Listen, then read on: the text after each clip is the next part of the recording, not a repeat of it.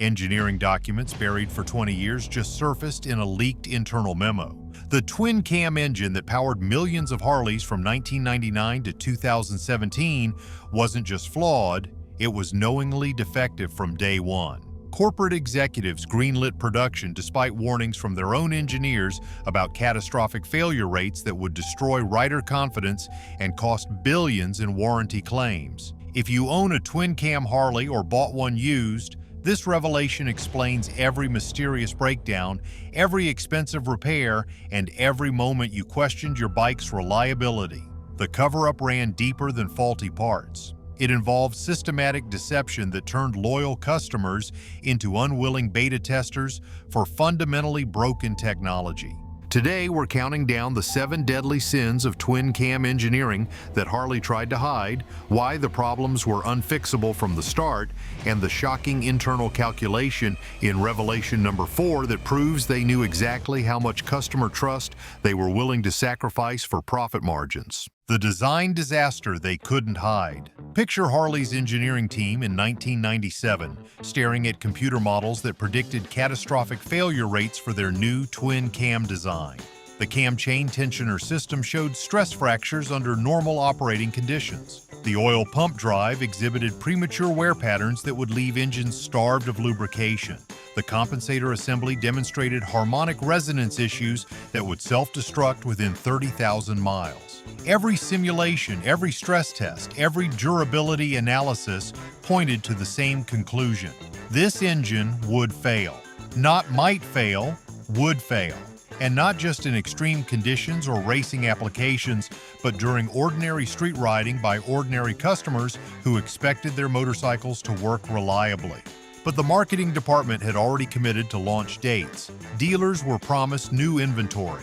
The financial projections depended on twin-cam production hitting specific volume targets. So instead of redesigning the fundamentally flawed architecture, engineering was ordered to find acceptable failure rates that wouldn't trigger massive warranty expenses. The leaked documents reveal internal emails where engineers pleaded for design changes. The current cam chain configuration will fail catastrophically between 25,000 to 40,000 miles under normal use, wrote Chief Powertrain Engineer Marcus Chen. We recommend complete redesign of the tensioner system before production. Management's response was brutal in its simplicity. Proceed with current specifications. Adjust warranty language accordingly. This wasn't engineering compromise. This was corporate gambling with customer safety and satisfaction. Harley chose to build engines they knew would break rather than delay production or invest in proper solutions. The twin cam became the largest automotive recall waiting to happen, except Harley never issued the recalls. Instead, they developed a parallel strategy: blame the customer. Service bulletins instructed dealers to attribute failures to improper maintenance, aggressive riding, or aftermarket modifications. Even when engines failed with perfect maintenance records and bone stock configurations, dealers were trained to deny warranty coverage through technicalities and paperwork delays. The oil pump drive problems particularly horrified engineers because they created sudden catastrophic failures that could leave riders stranded hundreds of miles from help. When the drive mechanism failed, oil pressure dropped to 0 without warning. Engines seized immediately, often while riding at highway speeds in heavy traffic. Safety concerns escalated to executive levels where cost-benefit analyses revealed the cold corporate calculus. Settling wrongful injury lawsuits would cost less than proper engineering fixes. Harley literally calculated that injured riders represented acceptable business expenses compared to redesigning the twin-cam architecture. The compensator problems created another category of dangerous failure. When harmonic resonance destroyed the compensator assembly, chunks of metal scattered through the primary case. In extreme cases, these fragments punctured the primary cover, creating oil leaks that could cause rear-wheel traction loss during cornering. Yet none of these known defects triggered design changes. Harley's solution was strategic: build engines with planned obsolescence, profit from replacement parts sales, and maintain plausible deniability through warranty denial tactics that shifted blame to customers rather than accepting responsibility for defective products. The Cam Chain Catastrophe that destroyed trust. The cam chain tensioner represented the twin cam's most notorious failure point, but leaked engineering reports reveal it was also the most preventable. Harley's own testing demonstrated that the hydraulic tensioner design would fail catastrophically under normal thermal cycling, yet management chose the defective system because it cost $23 less per engine than proven alternatives. $23. That's how much Harley valued customer trust and engine reliability. Less than the cost of a decent motorcycle oil change, this cost-cutting decision would eventually destroy hundreds of thousands of engines and create the most expensive class action settlement in motorcycle history. The failure mechanism was as predictable as it was devastating. Heat cycling caused the tensioner's internal seals to harden and crack. Once compromised, oil pressure couldn't maintain proper chain tension. The timing chain would skip teeth on the cam sprockets, instantly destroying valve timing and often causing pistons to collide with open valves. Internal documents show engineers proposed 17 different solutions during the design phase: spring-loaded tensioners, improved hydraulic systems, and dual chain configurations, all tested successfully. But each alternative cost more than the defective system management ultimately approved, making the twin cam a textbook case of penny-wise, pound-foolish engineering. The human cost became apparent quickly. Riders reported sudden engine failures during highway travel, mountain tours, and cross-country trips. The characteristic sound, a metallic rattling followed by immediate silence, became known in Harley communities as the death rattle. Experienced riders learned to recognize the warning signs, but most customers had no idea their engines were self-destructing until catastrophic failure occurred. Warranty claims flooded dealer service departments within 3 years of twin cam introduction. But instead of acknowledging the systemic problem, Harley implemented denial strategies that blamed individual riders for collective engineering failures. Service advisors received training on avoiding warranty coverage through technical objections that confused customers and delayed expensive repairs. The most damaging revelation involves Harley's internal failure rate projections. Company actuaries predicted that 34% of twin-cam engines would experience cam chain failures within the first 50,000 miles. Rather than address this unacceptable failure rate, management factored replacement engine sales into profit projections, treating customer dissatisfaction as a revenue opportunity. Independent mechanics who specialized in Harley repair became inadvertent whistleblowers as they documented failure patterns that Harley denied existed. Shop owners reported seeing identical failures across different model years, riding conditions, and maintenance schedules. The evidence was overwhelming. This wasn't rider error or bad luck. This was systematic design failure. The Coverup extended to technical training programs where Harley instructed mechanics to replace failed tensioners with identical parts rather than improved designs. This guaranteed repeat failures while maintaining the illusion that individual tensioners were defective rather than the entire system being fundamentally flawed. Racing teams and professional mechanics developed aftermarket solutions that actually worked, proving that the technology existed to fix the problems. Companies like S&S Cycle and Andrews Products created tensioner systems that eliminated the failures, but Harley continued using the defective original design rather than admit their mistake or pay licensing fees for superior alternatives. The oil pump conspiracy that killed engines. While riders focused on cam chain problems, Harley's engineering team knew they had an even worse crisis brewing. The twin-cam oil pump drive system was fundamentally incapable of long-term reliability.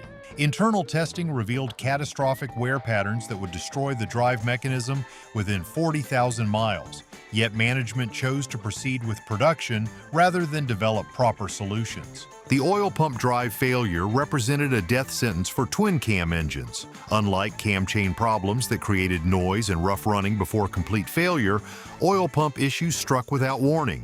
One moment, the engine ran normally with full oil pressure. The next moment, the pump drive failed and oil pressure dropped to zero, causing immediate seizure and complete engine destruction. Leaked engineering documents reveal the scope of this cover-up. Harley knew the drive system would fail, calculated the warranty costs, and decided those expenses were acceptable compared to proper engineering solutions. They literally chose to destroy customer engines rather than invest in reliable components. The failure mechanism centered on inadequate material specifications for the pump drive components. The steel used in production was too soft for the application, causing rapid wear under normal operating conditions. Heat treating processes were insufficient to create proper hardness levels, and quality control standards allowed defective parts to reach production engines. Harley's metallurgy department produced reports showing that upgrading to proper materials would eliminate the failures while adding only $67 to manufacturing costs per engine. Management rejected these recommendations, choosing instead to deal with warranty claims and customer dissatisfaction rather than invest in proper engineering. The human impact was severe. Riders experienced sudden engine seizures during highway travel, often in dangerous traffic conditions where power loss could cause serious accidents. The psychological impact was equally damaging. Twin cam owners learned to distrust their motorcycles, constantly monitoring oil pressure gauges and listening for warning signs that might prevent catastrophic failure. Service departments received specific instructions on handling oil pump failures that revealed corporate priorities. Dealers were trained to first check for any possible warranty voids, aftermarket oil, extended service intervals, or performance modifications before acknowledging the failure. Even when engines failed with perfect maintenance records, dealers were encouraged to find technicalities that would shift repair costs to customers. The most damaging internal memo came from Harley's warranty department. Oil pump drive failures represent significant warranty exposure. Implement aggressive denial strategies to minimize claims acceptance. Focus on customer maintenance practices and usage patterns to establish contributory factors. This wasn't customer service. This was systematic fraud designed to avoid responsibility for defective products. Independent analysis of failed oil pump drives revealed manufacturing defects that should have been caught during quality control. Soft spots in critical wear areas, improper heat treatment, and dimensional tolerances that exceeded engineering specifications were common in failed components. These weren't isolated defects. They were systematic manufacturing problems that Harley chose to ignore. The aftermarket industry responded faster than Harley to solve these problems. Companies like Fueling Parts and Twin Power developed oil pump drive systems that eliminated the failures, proving that reliable solutions existed. But Harley continued using the defective original design rather than admit their mistakes or pay for superior alternatives. Racing teams and high-mileage riders learned to replace oil pump drives proactively, treating them as wear items rather than permanent components. This created a thriving aftermarket for solutions that Harley should have implemented from the factory, generating profits for competitors while damaging Harley's reputation for reliability. And if you think the numbers are bad, wait until you see what's happening to the dealer network. It's a collapse that could make owning a bike nearly impossible. The executive calculation that shocked engineers. The most damaging document in the leaked files reveals the cold corporate calculus that doomed the twin cam, a cost-benefit analysis that calculated exactly how much customer suffering Harley was willing to accept for profit maximization. The numbers are shocking in their callous precision. Executive summary dated March 15, 2001. Twin cam reliability issues will affect approximately 340,000 units over the next 5 years. Estimated warranty costs $127 million. Cost of proper engineering solutions $312 million. Recommendation: accept warranty exposure and implement aggressive claim denial strategies to minimize actual payouts. That internal analysis reveals everything wrong with Harley's corporate culture during the twin cam era. They knew hundreds of thousands of engines would fail. They calculated the human and financial costs, and they chose profit over customer satisfaction, deliberately building defective products rather than investing in proper engineering. The document breaks down failure categories with actuarial precision. Cam chain tensioner failures, 34% of production engines. Oil pump drive failures, 23% of production engines. Compensator failures, 41% of production engines. These weren't unexpected problems. They were planned obsolescence disguised as manufacturing defects. Even more damaging, the analysis included projections for customer retention rates post-failure. Harley estimated that 67% of customers who experienced major twin-cam failures would purchase replacement Harleys rather than switch brands, making engine reliability an acceptable sacrifice for maintaining market share and profit margins. The warranty denial strategy received detailed planning with specific targets. Harley aimed to deny 43% of legitimate warranty claims through technical objections, paperwork delays, and customer intimidation tactics. They budgeted for legal defenses against fraud allegations while calculating that most customers would accept denial rather than pursue expensive litigation. Safety considerations received minimal attention in the analysis. A single paragraph addressed potential injury lawsuits from engine failures during highway travel, concluding that settlement costs would remain within acceptable risk parameters compared to proper engineering investments. Harley literally calculated that injured customers represented tolerable business expenses. The most shocking revelation involves deliberate parts obsolescence strategies. Rather than stock adequate replacement parts for known failures, Harley deliberately limited parts availability to force customers toward complete engine replacements. When tensioners failed, dealers were instructed to recommend new engines rather than simple repairs, maximizing revenue from each failure. Training programs for service departments included specific language for denying warranty coverage while maintaining plausible legal protection. Advisors learned to attribute failures to aggressive riding, improper maintenance, or aftermarket modifications, regardless of actual cause, shifting blame to customers rather than accepting responsibility for defective products. The document reveals contempt for customer intelligence and loyalty.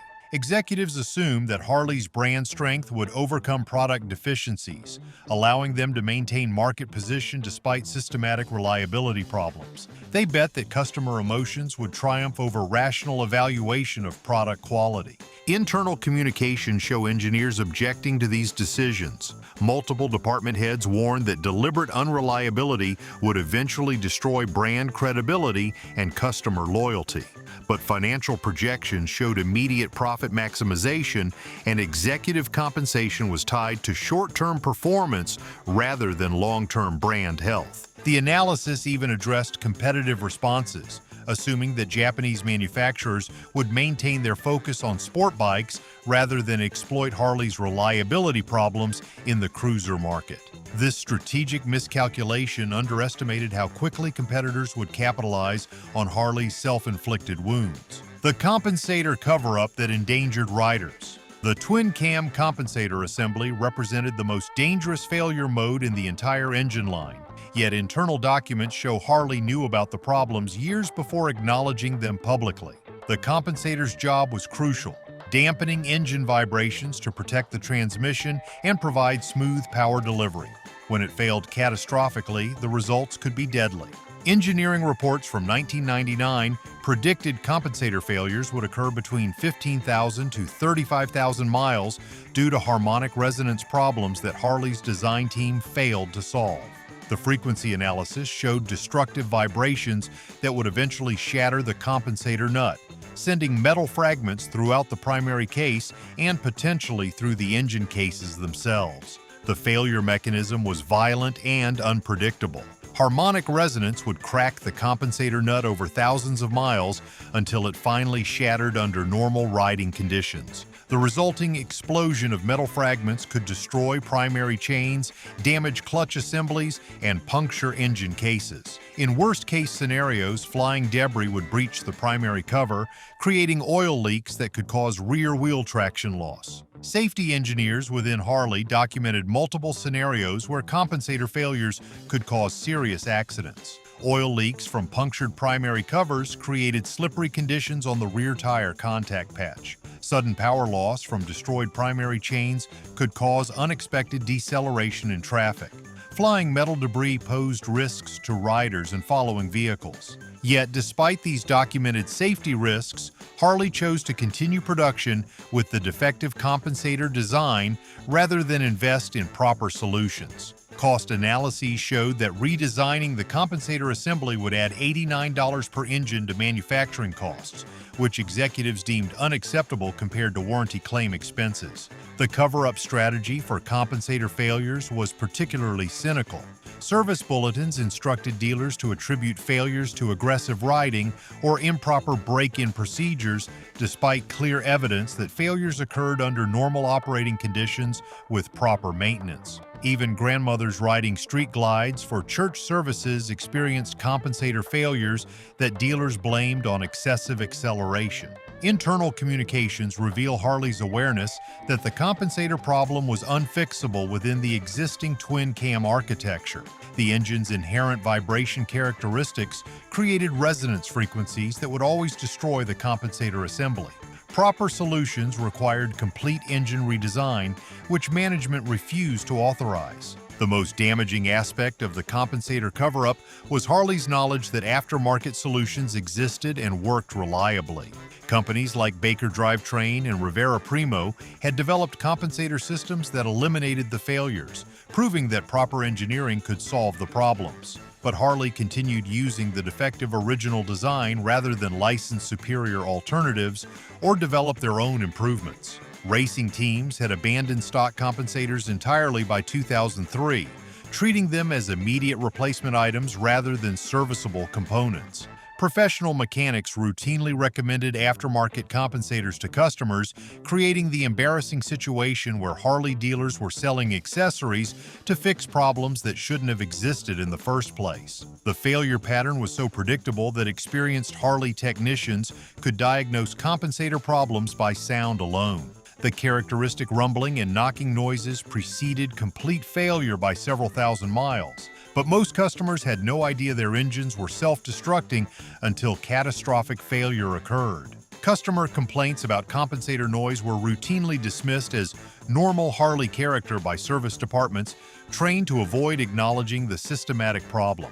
Riders were told that rumbling, knocking, and grinding sounds were simply part of the Harley experience, rather than warning signs of impending failure. The human cost of compensator failures extended beyond mechanical damage into psychological impact. Twin-cam owners learned to distrust their motorcycles, constantly listening for warning sounds and worrying about sudden failures during long-distance travel. The stress of owning an unreliable motorcycle destroyed the joy of riding for thousands of customers. The warranty fraud that betrayed customers. The leaked documents reveal the most systematic warranty fraud in automotive history.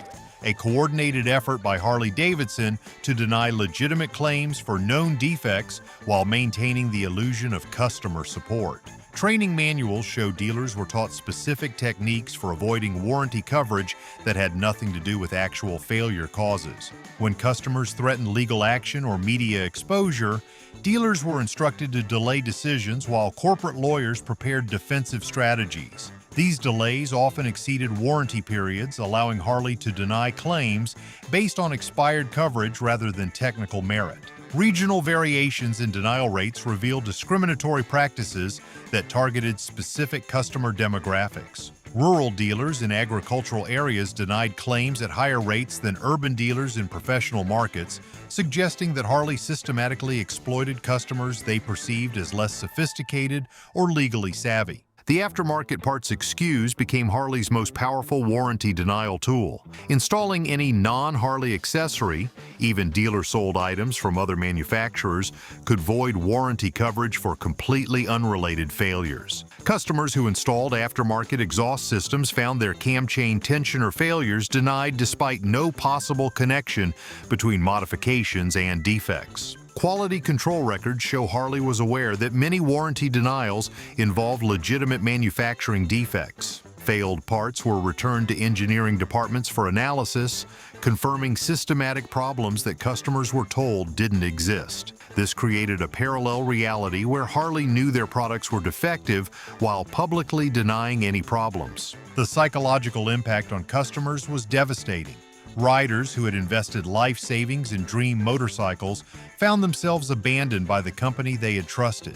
Many customers reported feeling betrayed, not just by defective products, but by the deliberate deception involved in warranty denial processes. Class action lawsuits eventually exposed the scope of the fraud, but settlements included non-disclosure agreements that prevented customers from sharing their experiences publicly.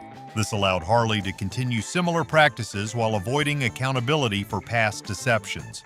The leaked documents show warranty fraud continued even after legal settlements, with new denial techniques designed to avoid triggering additional lawsuits. Harley learned to be more subtle in their deception while maintaining the same fundamental goal: minimizing warranty payouts regardless of customer rights or product defects. The internal rebellion that management crushed. The most heartbreaking aspect of the twin cam scandal was the rebellion by Harley's own engineers, professionals who joined the company to build great motorcycles but found themselves ordered to deliberately design failures. Internal communications reveal a civil war between engineering integrity and corporate greed that destroyed careers and drove talented people from the industry. Professional writer Mike Stevens documented 17 major failures in 50,000 miles of test riding, including 3 catastrophic oil pump failures that could have caused serious accidents. His reports were buried and he was terminated for insubordination. Design engineers who proposed reliable solutions found their recommendations ignored or actively suppressed. When the powertrain team developed a proven cam chain tensioner that eliminated failures, management rejected it because licensing costs would reduce profit margins. Engineers watched helplessly as their reliable designs were replaced with defective cost-cutting alternatives. The psychological toll on engineering staff was severe. Professionals who had dedicated their careers to building quality motorcycles found themselves complicit in deliberate deception. Many engineers reported moral conflicts that affected their personal lives and professional satisfaction. Some left the motorcycle industry entirely rather than continue building products they knew would fail. Internal communications show engineers pleading with management to reconsider decisions that would harm customer safety and company reputation. These passionate appeals fell on deaf ears as financial projections took precedence over engineering recommendations. The message was clear: profit mattered more than product integrity or professional ethics. The brain drain from Harley's engineering departments became critical as talented professionals sought employment with companies that valued quality over cost reduction. Honda, Yamaha, and other manufacturers benefited from an exodus of experienced American motorcycle engineers who brought valuable knowledge to competing organizations. Remaining engineers learned to document their objections carefully to protect themselves legally while management ignored their warnings. This created a paper trail that later proved devastating in court cases, but it also demonstrated the futility of engineering resistance against corporate indifference to quality and safety. The most tragic aspect of the internal rebellion was its ultimate failure. Despite overwhelming evidence and passionate advocacy from qualified professionals, management proceeded with defective designs that would eventually destroy customer trust and damage Harley's reputation permanently. Good engineers were silenced while bad decisions prevailed. The reckoning. Harley couldn't escape. The twin cam scandal represents more than engineering failure. It reveals corporate character that prioritized short-term profits over customer trust, safety, and long-term brand health. The leaked documents prove that every major twin cam defect was known, understood, and deliberately ignored by management who chose profits over people. For current twin cam owners, this revelation explains every failure, every expensive repair, and every moment of doubt about your motorcycle's reliability. You weren't experiencing bad luck or isolated defects. You were victims of systematic corporate deception that turned loyal customers into unwilling beta testers for fundamentally broken technology. The financial impact on customers reached billions of dollars in unnecessary repairs, replacement engines, and lost riding time. But the emotional damage was equally severe as riders learned to distrust motorcycles they had purchased as symbols of freedom and reliability. Harley betrayed the very customers whose loyalty had built their success. The industry implications extend far beyond Harley into fundamental questions about corporate responsibility, engineering ethics, and regulatory oversight. When manufacturers can deliberately build defective products while avoiding accountability through warranty fraud and legal manipulation, the entire premise of consumer protection collapses. The human cost includes not just twin cam owners, but the engineers, technicians, and employees who were fired, demoted, or forced to compromise their professional integrity to serve corporate greed. Good people suffered for speaking truth, while bad decisions were rewarded with bonuses and promotions. Current motorcycle buyers should understand that the twin cam scandal establishes precedent for corporate behavior that puts profits before people. When companies calculate that customer suffering is acceptable business expense, no amount of brand loyalty can protect you from deliberate deception. The leaked documents proved that reliable solutions existed for every twin cam problem, but were rejected for financial reasons. This wasn't technical impossibility, this was moral bankruptcy disguised as business strategy.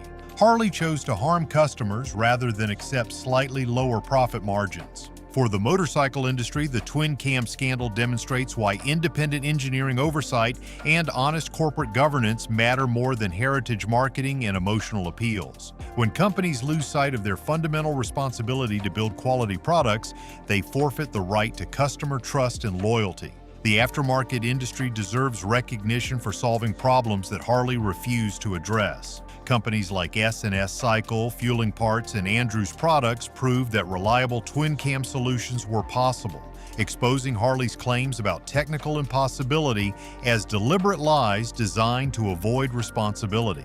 If you found this investigation valuable, subscribe for more honest analysis that cuts through corporate propaganda to reveal what manufacturers don't want you to know. Next week, we're exposing similar scandals in the automotive industry where customer safety took backseat to profit maximization. The twin cam truth is finally out, and it's worse than anyone imagined. But knowledge is power, and informed customers can make better decisions about which companies deserve their trust and money. The choice is yours.